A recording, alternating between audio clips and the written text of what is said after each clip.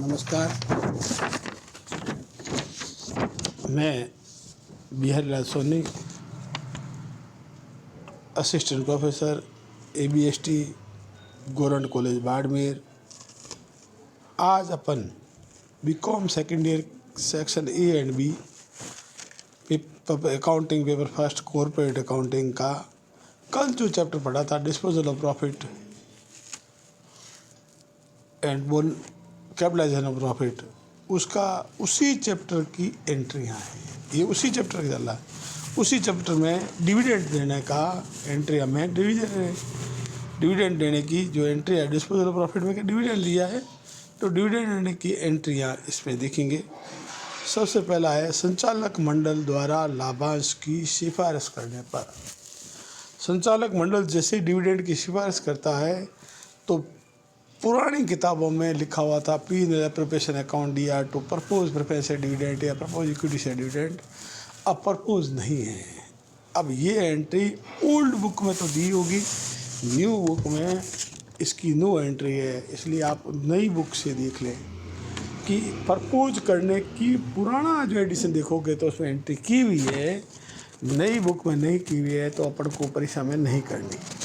संचालक मंडल द्वारा लाभांश की सिफारिश की नो एंट्री, कोई प्रविष्टि नहीं होगी। जैसे ही लाभांश पुष्टि होगा अब एंट्री करनी। P&L अकाउंट DR यानी P&L हो, सरप्लस हो या रेवेन्यू रिजर्व हो, account DR to preferential dividend, preferential dividend PS dividend, equity से डिविडेंड या ES डिविडेंड शॉर्ट में, to corporate dividend distribution tax. जितना डिविडेंड देंगे उसका उस पर निर्धारित दर से टैक्स देना पड़ेगा, वो डिविडेंड टैक्स हुआ। डिविडेंड पर कर, उसका नाम है कॉर्पोरेट डिविडेंड डिस्ट्रीब्यूशन टैक्स। अब लाभांश भुगतान हेतु प्राय बैंक में खाता खोल देती है। कंपनी क्या करती है, रोकड़ चुकाती नहीं है, खाता खोलती है। डिविडेंड बैंक में खाता खोलने की entry dividend bank account DR to bank. Dividend bank पैसे जमा हो गए टू बैंक, बैंक में से कम हो गए। अब जैसे ही भुगतान करेंगे लाभांश का भुगतान, तो प्रेफरेंस डिविडेंड अकाउंट दिया, इक्विटी शेयर डिविडेंड अकाउंट दिया to dividend bank, to dividend bank, to dividend bank है, डिविडेंड बैंक। और डिविडेंड बैंक बिना यदि पेमेंट करते हैं तो टू बैंक होगा। इसलिए मैंने ओबली लिख करके लिख लिया।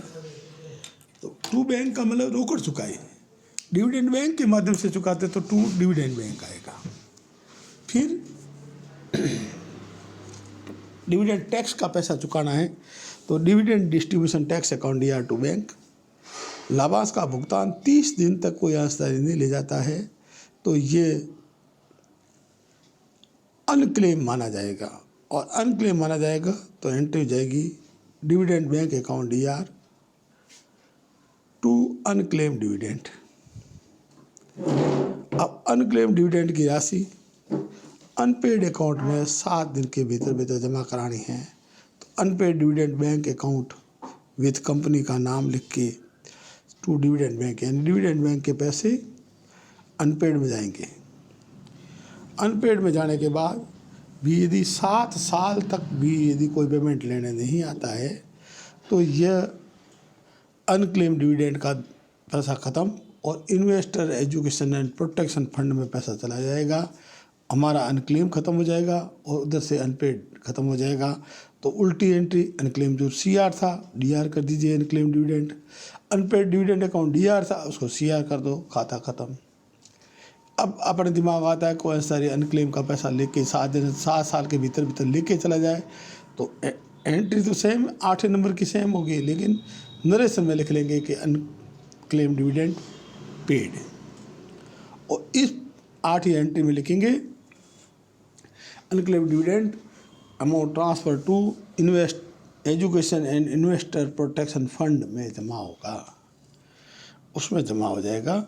तो आज अपन ने क्या पढ़ा, संचालक मंडल लाभांश की सिफारिश की नो एंट्री, पुष्टि होने पर P&L अकाउंट डीआर या कोई revenue reserve account DR, to preference share dividend, to equity share dividend और टू डिविडेंड टैक्स।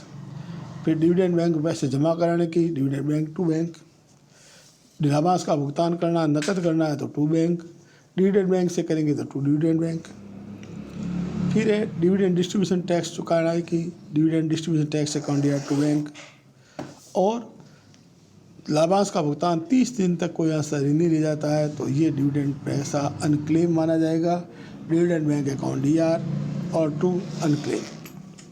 और 7 दिन के भीतर, 30 दिन के बाद 7 दिन के भीतर ये खाता खोलाना पड़ेगा और डिविडेंड बैंक का पैसा unpaid dividend bank account of company limited के में जमा कराएंगे। और उसमें भी 7 साल तक कोई नहीं ले जाता है तो अनक्लेम भी ख़त्म हो जाएगा और अनपेड भी ख़त्म हो जाएगा। अनक्लेम लायबिलिटी थी डीआर हो गई ख़त्म, अनपेड एसेट्स थी तो सीआर हो गया ख़त्म। अब बीच में कोई 7 साल में लेने भी आ जाए तो भी एंट्री यही होगी और केवल नरेशन चेंज होगा। 8 नंबर की एंट्री से हम अनक्लेम टू अनपेड ही है, लेकिन उसको नरेशन में चेंज है और नरेशन में लिखा होगा कि अनक्लेम डिविडेंड पेड, और इसमें लिखा होगा investor and education protection fund में ट्रांसफ़र किया। दोनों में ये फ़र्क है। ये लाभांश की इस पार्ट की एंट्रियां हैं, मेन सारी एंट्री इसमें आ गई। एक एंट्री नंबर 4 में टू बैंक लिखा हुआ है, उसकी जगह डिविडेंड बैंक भी आ सकता है। यदि आपने रोकड़ चुकाया है तो टू बैंक। 4 नंबर के एंट्री में टू डिविडेंड बैंक भी लिखना है, to dividend bank 4 number entry में। प्रेफरेंस से डिविडेंड अकाउंट डीआर, इक्विटी से dividend account DR, to dividend bank. Bank भी लिखा हुआ है, बैंक का मतलब रोकड़ चुकाया और मतलब चेक से चुकाया और अलग से खाता खोला तो टू डिविडेंड बैंक। और टैक्स तो टू बैंक ही आएगा क्योंकि ये तो डिविडेंड बैंक के माध्यम से होगा भी नहीं। ठीक है, धन्यवाद।